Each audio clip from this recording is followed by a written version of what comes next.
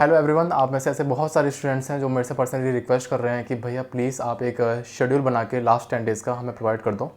तो मैं वही इस वीडियो के रिगार्डिंग बताने वाला हूँ कि तुम्हारे लास्ट 10 डेज़ में जो है शेड्यूल क्या होना चाहिए।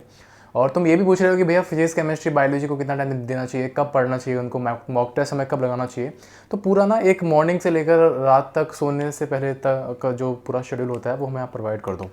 तो इस वीडियो में तुमको वही बताने वाला हूँ, बस उसको फोकस करना और चीज़ों को समझना, ठीक है। शेड्यूल की पीडीएफ जो है वो मैं तुमको नीचे टेलीग्राम की लिंक जो है दिया हुआ है, वहाँ पर तुमको मैं अपलोड कर दूँगा, वहाँ से तुम उसको डाउनलोड कर सकते हो। बट मेन चीज़ क्या है, समझने वाला है, ठीक है। तो तुम्हारे माइंड में ना कुछ ऐसे कन्फ्यूज़न रहते हैं जो निकलते नहीं हैं, तो उनको निकालना बहुत ज़रूरी है इस टाइम पर। तो सबसे पहले हम बात करते हैं शेड्यूल की। तो उससे पहले जो भी वीडियो को देख रहा है ठीक है, या फिर देखेगा, उन सभी को मेरा नमस्कार, राम राम, सत श्री अकाल, अस्सलाम वालेकुम, जिसमें आपको जैसे भी कंफर्टेबल फील होता है। तो यार देखो, सबसे पहले हम स्टार्ट करते हैं कि रात को सोने, ठीक है, वो इम्पोर्टेंट है। तो यार इस टाइम पर कोई भी जो है ना, वो रात के 3 बजे के बाद कोई भी नहीं पड़ेगा, ठीक है। मैक्सिमम रखो यार 2 बजे, ठीक है। 2 बजे तक जो है अपना तुम्हारा जितने भी काम वगैरह है उसको निपटा दो, ख़त्म कर दो। उसके बाद कोई काम नहीं रखना, क्योंकि यार 2 बजे के बाद जो टाइम ना वो एक नेचुरल टाइम हो जाता है। उसके बाद अगर तुम जागोगे ना तो वो प्रॉब्लम रहेगा, तुम दिन में एक्टिव नहीं रह पाओगे, ठीक है। तो देखो, 2 टाइप के स्टूडेंट्स होते हैं, जो रात में पढ़ते हैं और जो सुबह मॉर्निंग में उठकर पढ़ते हैं, ठीक है। उन दोनों में डिफरेंस यही होता है। तुम यार हर किसी को फॉलो करने लगते हो कि भाई रात में वो पढ़ रहा तो मैं भी रात में फॉलो, मतलब रात में पढ़ूंगा, उसको फॉलो करूंगा, वो भी टॉपर था, रात में पढ़ता था, मैं भी रात में पढ़ूंगा। तो ये चीज़ गलत है मेरे हिसाब से। जब मैं रात में पढ़ता था तो मेरा जो मेन रीज़न था रात में पढ़ने का, वो ये नहीं था कि यार मैं टॉपर को देख के पढ़ रहा हूँ या फिर रात में अच्छी पढ़ाई होती है। मेरा मतलब ये था कि यार उस टाइम पर मेरे जो आसपास का माहौल था, जहाँ मैं रहता था, तो वो दिन में बहुत ज़्यादा शोर शराबा होता था और मुझे टाइम भी नहीं मिलता था इतना ज़्यादा पढ़ने का। तो रात में क्या है, शांति होती थी, इस वजह से मैं पढ़ता था। अगर तुम्हारे आसपास का माहौल अगर सही है, शांत है, तो तुम रात में पढ़ना प्रीफर मत करो। रात में अगर तुम पढ़ोगे, तुम अगर रात में 4 घंटे पढ़ोगे ना, तो वो तुम्हारे दिन में कम से कम तो 1 घंटे में खत्म कर लोगे, ठीक है। और तुम्हारा माइंड भी एक्टिव रहेगा दिन में। तो रात में 2 बजे के बाद जो है वो कोई भी नहीं जागेगा, सबसे पहले ये बात है, ठीक है। अब तुम कब जागे? मॉर्निंग में 2 बजे तुम सो गए मान लो, ठीक है। अब तुम जागे यार मॉर्निंग में, मान लो कि 8 बजे जाग गए, ठीक है। 6 घंटे की नींद कम से कम लेनी है इस टाइम पर, ओके। तो 8 बजे तुम जागे, अब क्या करना है? तो यार 8 बजे से लेकर तुम्हें 11 बजे तक तुम्हें फिजिक्स करनी है ना।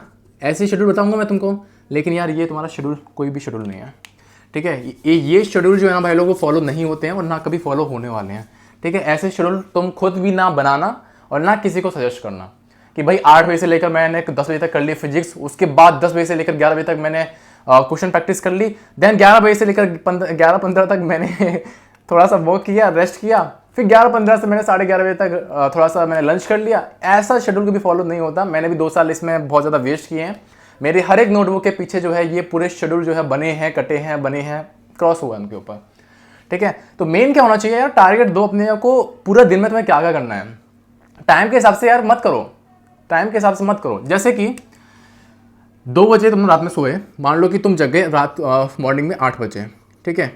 अब तुम भाई अपने आप को ये बताओ कि भाई 8 बजे जगने के बाद मुझे हाफ एन आवर में फ्रेश होकर कुछ ना कुछ खा पी कर जो तुम्हें एक्टिविटी करनी है वो कर 30 मिनट के अंदर तुम्हें फ्री होकर पढ़ने बैठ जाना है, ठीक है। रेडी होना है, 30 मिनट के अंदर सब कुछ कर लेना, उसके बाद पढ़ने बैठ जाना है, ठीक है।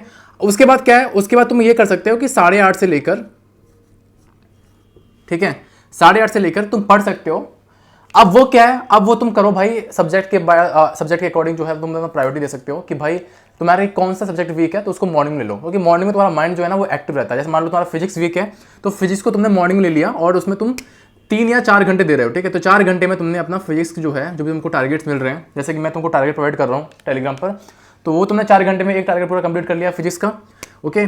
उसके बाद सेम ऐसे ही करके 4 घंटे में तुमने केमिस्ट्री कंप्लीट कर लिया और 6 घंटे में तुमने अपनी बायोलॉजी कंप्लीट कर ली, ठीक है। टोटल कितने हो गए? 14 घंटा। अब 14 घंटा कैसे हुए? देखो, कभी भी ना टाइम के अकॉर्डिंग मत बनाना कि अब मुझे अभी से लेकर अभी तक इतना करना है, ऐसे इतना करना है। हमेशा सब्जेक्ट वाइज प्रायोरिटी दो कि मुझे 4 घंटे में चाहे कुछ भी हो जाए, मुझे फिजिक्स को उड़ाना है, ठीक है। 4 घंटे मुझे केमिस्ट्री उड़ानी है, 6 घंटे मुझे बायोलॉजी उड़ानी है, ठीक है। ऐसे करके प्रायोरिटी दिया करो। उसके बाद यार इस टाइम पर दो चीज़ें ध्यान रखना कि मॉर्निंग में और दूसरा इवनिंग में 15 मिनट का जो मेडिटेशन है वो तुम्हारे लिए रामबाण का काम करेगा, ठीक है। एक तो तुम्हारी लाइफ में भी बहुत काम आने वाला है, ओके। डिप्रेशन और एंजाइटी नाम की कोई चीज़ नहीं होने वाली अगर तुम ये चीज़ करते हो तो, और तुम्हें लाइफ में बहुत ज़्यादा आगे काम आने वाला है, ठीक है। एग्जाम पॉइंट ऑफ व्यू से क्यों इंपॉर्टेंट है, क्योंकि तुम्हारा जो एग्जाम हॉल में जो माइंडसेट वगैरह होता है, ठीक है, तो उसको एक शांत बनाने के लिए, शांत माहौल रखने के लिए तुम्हारा बहुत ज़रूरी है। क्योंकि तुम्हारा अगर माइंड स्टेबल नहीं है उस टाइम पर, तो तुम चाहे कितना भी रिवीजन करके गए हो, कितना भी अच्छा मॉक टेस्ट में स्कोर फोड़ के गए हो, तुम वहाँ पर कुछ ना कुछ गड़बड़ करोगे, ठीक है, अगर तुम्हारा माइंड सेट स्टेबल नहीं है तो एग्जाम हॉल में, ठीक है। तो ये तुम्हें करना है। उसके बाद तुम जो भी तुम्हारा रहता है, लंच का, खाने पीने का रहता है, जो भी कुछ रहता है तुम्हारा, ठीक है, कुछ ना कुछ एक्टिविटी रहती है, तो उसमें तुम इंक्लूड कर सकते हो। क्योंकि तुम्हारे पास में यार देखो, तुमने 14 घंटे दिए हैं, 14 से तुम अगर 16 घंटे भी तुम पढ़ते हो, बहुत है यार, 14 घंटे बहुत है, ठीक है, इसको छोड़ दो। उसके बाद जैसे मैं अगर तुमको बात करूं कि और भी तुम्हारे पास जो टाइम बचा हुआ है, 10 घंटे बचे हुए हैं, तो 10 घंटे तुम्हें जहां भी देने हैं, 6 घंटे तुम्हारी नींद में चले गए, मान लो 7 घंटे चले गए तुम्हारे, या 8 घंटे तुम्हारी एक्टिविटी में चले गए, अब तुम्हारे 2 घंटे बचे हुए हैं, तो वो यहाँ कर लो, या फिर तुम्हारी कोई भी एक्टिविटी है वहां भी यूज कर लो। समझ रहे हो ना मैं क्या बोल रहा हूँ। लेकिन ये 14 घंटे यार, 14 घंटे तुम्हारे कम नहीं होना चाहिए इस टाइम पर। अगर तुम 14 घंटे से कम पढ़ रहे हो इस टाइम पर, तो तुम यार तुम नीट के रिगार्डिंग सीरियस नहीं हो, ठीक है। तो शेड्यूल का मतलब ये होता है, शेड्यूल का मतलब ये नहीं है कि मैंने बहुत सारे शेड्यूल देखे हुए हैं यार, मतलब कि मैंने कोरा पे भी देखे हुए हैं, टेलीग्राम पे देखे हैं, हर जगह, मतलब इवन बहुत सारे लोग प्रोवाइड भी कर रहे हैं यूट्यूब पर कि 8 बजे से लेकर, नहीं हाँ, सुबह 6 बजे से लेकर 8 बजे तक तुम्हें फिजिक्स करनी है, उसके बाद तुम्हें 8 बजे से लेकर 9 बजे तक क्वेश्चन प्रैक्टिस करनी है। भाई ये शेड्यूल तुम्हें कभी मोटिवेट कर ही नहीं सकता, ये हमेशा तुम्हें डिमोटिवेटेड रखेगा। अगर तुमसे एक बार फॉलो नहीं हुआ ना, तुमको वो काटना पड़ेगा, तुम पर परेशान हो जाओगे।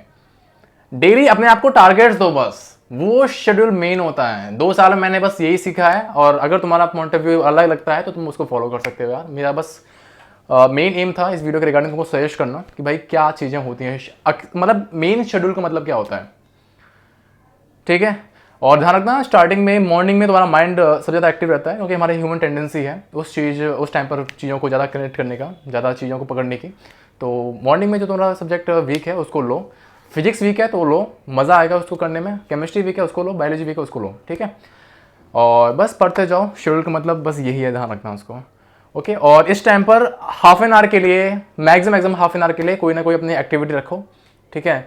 जैसे कि मैं अभी इस टाइम पर मान लो कि मैं बहुत ज़्यादा बिजी चल रहा हूँ, ठीक है, तो मैं क्या है, मैं अपने लिए बैडमिंटन का टाइम फ्री निकालता हूँ, चाहे कुछ भी हो जाए, चाहे मैं कितना भी मेरा टाइट शेड्यूल हो, मुझे अपने बैडमिंटन खेलना है 1 घंटा, ठीक है। तो तुम्हारी कोई भी एक्टिविटी है, लाइक डांसिंग की है, टेबल टेनिस की है, फुटबॉल की है, क्रिकेट की है, ठीक है, सिंगिंग की है, कोई भी एक्टिविटी हो सकती है, गिटार की है बजाना, ठीक है। जैसे मुझे गिटार बजाना भी पसंद है, मुझे बैडमिंटन खेलना पसंद है, तो मैं दोनों चीज़ कर लेता हूँ साथ में।